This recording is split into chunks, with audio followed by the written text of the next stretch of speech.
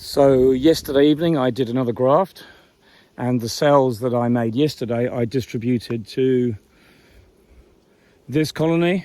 I put 10 above there, and this colony here I put 10 above here, because I used another 10 or 15 in various nukes around it because I wasn't sure whether they were queen right. Now I like transparency as well. The first batch I had nearly seamless acceptance. Okay, I get to this lot, 4 or 5 in a row there, no queen. So what I've done is I've given them a queen, and for example I've just had a quick look at seeing whether they're accepting the cell, which is only 1 day old yesterday. This one had tore it down because there's a virgin running around in there. Okay, so that's probably what killed the queen, because I missed the cell. But it doesn't matter, the colony will have a new queen, and that's what is important. This one here, maybe I can show you. I looked at this just before. The bees are drawing up this cell. So let's see if I can show you here.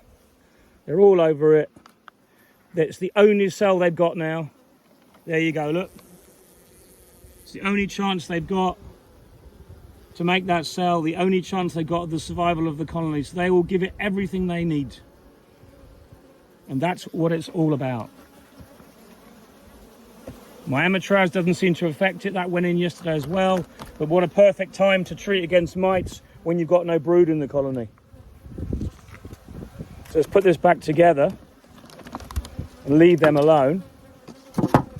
So there's a few here that were all killed. The queen was missing, and whatever reason. She could have got damaged in transit. I could have done something putting her in. She couldn't have released well.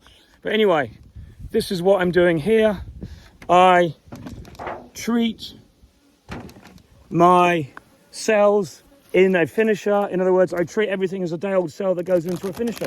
Now the finisher could be here, or it could be one of these nukes, because these nukes are begging for a cell of their own. They haven't got any. Because in the majority of cases, I remove the queen cells to let the queen hatch out. And you can see here and here, I haven't gone through this lot yet. I've got all this lot to go through. These have got to be released yet. That's the last lot. But I've got spare queens, and that's what it's all about.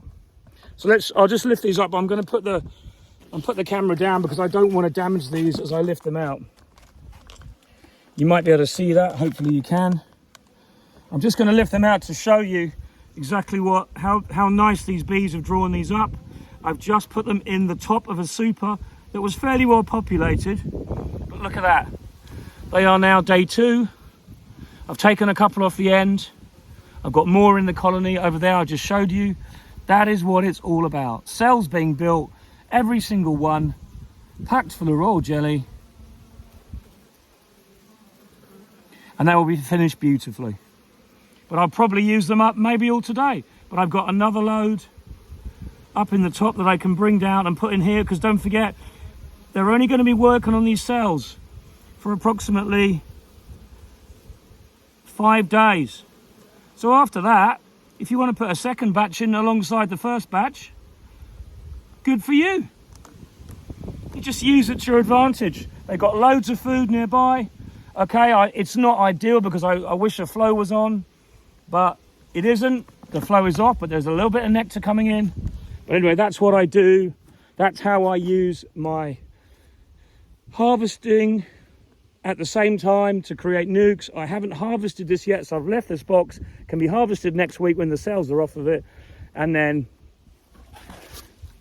no problem at all, everything's done. But it's all about knowing what your options are, and you need to give yourself as many options as possible. So I haven't got much honey in this apiary, so that one's got cells in, this one's got cells in. I can put cells in this one here, and I can put cells in that one there, and I might even do one more graft today. So the graft I do today, presuming it's not brilliant, even if I get 20 cells, they're going to here, and maybe in one of those 2 there, so they've only got 1 super. That's perfect, packed full of bees, loads of bees doing nothing. I'm using the options I have to just hold on to those cells while I get my last nukes made, while I wait for the emergence here of queens to be released into the nukes. And if they don't accept it for whatever reason, I can put in a cell or a just newly made cell, and they'll accept it up because they know they have no other option. Do you see what I'm kind of getting at? If you build your sustainability correctly, you can sort out a lot of problems at the end of the season because you've got a few cells. And where I would have lost 25-30% of my nukes I spent all this time making up, at least I'll have them with a queen in, and they should overwinter. There's still plenty of time. We're only mid-August. So we've got all of September, all of October, and it's usually the first week in November it goes cold when they'll shut their brood rearing down. So we'll be able to get 2 or 3 cycles through. Lovely, lots of nurse bees raised for the winter that will be clean. My amatraz is in here. I've got other treatments going in other places, and where I've already taken the nukes from these, every single one of these came from a nuke where I caged the queen. My mini plus are going to have amatraz very shortly, but I've got to cut the strips up because we work out a percentage that works for them with the size of frames. But just to say, that's what I'm doing, and I'm going to go up there and do another graft this afternoon. Sun's coming out anyway, and then you have more cells if I need them. You can never have too many cells at the end of the year, and they are so easy to make. So think about that.